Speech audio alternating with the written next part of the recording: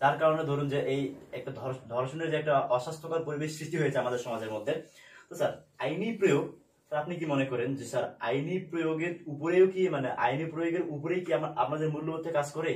হ্যাঁ, আইনি প্রয়োগের উপর মূল্যবোধটা কাজ করে। যদি আমি ভালো হই তাহলে তো আইনি প্রয়োগটা আমার কাজে লাগবে না। কাজে লাগবে না। আর অনেক সময় যদি আমি খারাপ হই, হ্যাঁ, তখন কিন্তু আইনি প্রয়োগটা কঠিন ভাবে আইনি প্রয়োগ আমাদের আইনি প্রয়োগটা হচ্ছে যে মামলা চলতেছে তো অনেক দিন হয়ে যাচ্ছে, কোন উচিত বিচার পাচ্ছে না। আবার গরিব লোকেরা কিন্তু টাকা দিতে পারতেছে না, সেজন্য বিচার হচ্ছে না। আবার বড় লোকেরা যদি ধর্ষণ করতেছে, ওরা টাকা দিল, গরিব লোক ওরা বিষয়ে স্যার আপনাকে মানে একটা প্রশ্ন করতে চাইছি যে আপনার ধর্ষণের যে বিচারের ক্ষেত্রে আপনি যেটা বললেন, আমরা সবাই জানি যে আসলে ইদানিং কিছুদিন থেকে ধর্ষণ এমন পরিমাণে এমন হারে একটা বৃদ্ধি পেয়েছে, আমাদের অস্বাস্থ্যকর পরিবেশ সৃষ্টি করেছে যে আপনাদের মনে করেন যে নামি দামি বিশ্ববিদ্যালয়, বেসরকারি বিশ্ববিদ্যালয়, স্কুল, মাদ্রাসাগুলোতে একটা মানে একটা অস্বাস্থ্যকর পরিবেশ সৃষ্টি হয়ে গেছে ধর্ষণ নিয়ে। সকল একটা আতঙ্ক। স্যার স্যার আমি একটা বিষয় আপনাকে বলতে চাই যে স্যার আমাদের স্যার যে ধর্ষণটা থেকে আমরা স্যার আপনার কাছে যতগুলো প্রশ্ন করা হয়েছিল স্যার সবগুলো থেকে কি স্যার আমরা যদি একটু একটু করে শিক্ষা নিই তাহলে কি স্যার আমরা উঠতে পারবো? সবগুলো থেকে একটু একটু করে আমরা শিক্ষা নিতে কিন্তু অবশ্যই আমরা ওখান থেকে পরিত্রাণ পাইতে পারি। স্যার আপনি যেটা বললেন স্যার আমাদের সর্বপ্রথম যেটা কাজ করতে হবে সেটা হচ্ছে মূল্যবোধটার অভাবটা পূরণ করতে হবে। মূল্যবোধের অভাবটা পূরণ করতে হবে অবশ্যই স্যার। ধন্যবাদ স্যার। এবং স্যার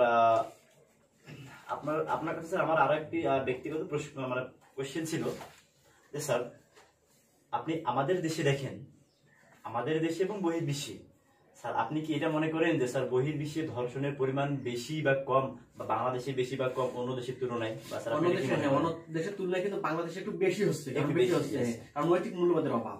তারপর দ্বিতীয়ত আইনেরও কিন্তু প্রয়োগটা কম হচ্ছে। অন্য বিশ্বে দেখা যাচ্ছে যে ধর্ষণের কি হলে সঙ্গে সঙ্গে আইনি ব্যবস্থাটা কঠোরভাবে নিতে হচ্ছে, কিন্তু বাংলাদেশে অনেক কঠোরভাবে আইনি ব্যবস্থাটা নেওয়া হচ্ছে না, খুব দুর্বল ভাবে আইনি ব্যবস্থা নেওয়া হচ্ছে, যার ফলে ধর্ষণটা কিন্তু বেড়ে যাচ্ছে। কিন্তু বহির্বিশ্বে আমরা তাকাতে পারি সৌদি আরব, মধ্যপ্রাচ্য গুলোতে ধর্ষণের বিচার হলে ধর্ষণ যখন প্রমাণিত হয় তখন তাদেরকে সাজা দেওয়া হয়, একবার মেরে ফেলা শাস্তি দেয় কিন্তু তারা। স্যার ওকে স্যার, ধন্যবাদ স্যার। আমার দর্শক আরো একটা আমার একটা প্রশ্ন ছিল যে আমার যে এখান থেকে কিন্তু ইসলামের দিক অনুযায়ী কিন্তু মেয়েদেরকে চলতে হবে, এখানে ইসলামকে টানতে হবে। এবং আল্লাহ বলছেন যে মেয়েরা তোমার ঘরের পর্দার ভিতর থাকো, যে আমরা যখন যাবো বাইরে বের হবো তখন কিন্তু ঘরের পর্দার ভিতর, যেমন আমাদের ঘর চারদিকে দেয়াল থাকে ঠিক সেইভাবে কিন্তু বোরকা আমাদের হিজাব কিন্তু সুন্দরভাবে পরে। আমাকে দেখে যখন ঠাই নির্ণয় করতে পারে না যে আমি কেমন বা মোটা না সুন্দর নাকি, আমাদেরকে আমাদেরকে ইসলাম দিকটাও সবচেয়ে গুরুত্ব দিতে হবে এবং ইসলামিক দিক নিয়ে অনুযায়ী চলতে হবে। এটা হচ্ছে আমাদের এক নম্বর কথা।